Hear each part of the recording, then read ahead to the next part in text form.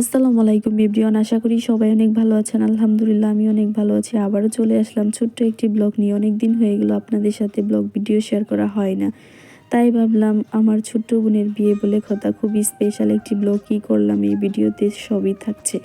অবশ্যই আমার ভিডিওটি সম্পূর্ণ ভালো লাগলে একটা লাইক কমেন্ট শেয়ার করে আমার পাশে থাকবেন।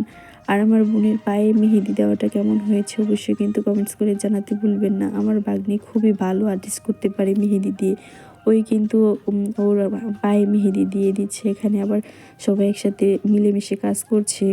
খুবই ঘরোয়াভাবে আর কি বিয়ের আয়োজনটা করা হয়েছিল। আমরা যারা আমাদের ফ্যামিলির সবাই একসাথে মিলে আর কি, এত বেশি বড় আয়োজন করা হয় নাই।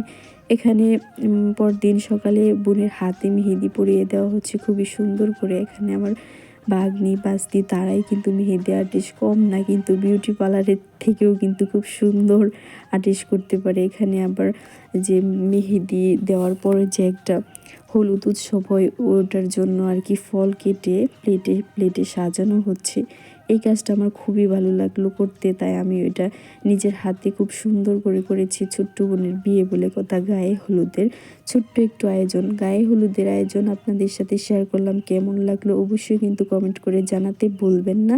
আর আমার দ্বিতীয় পার্ট দেখার আমন্ত্রণ রইল সবারকে। এখানেই শেষ করলাম। সবাই ভালো থাকবেন, সুস্থ থাকবেন, আর বিয়ে অবশ্যই আমার ভিডিওতে সবাই মিলে একসাথে উপভোগ করবেন।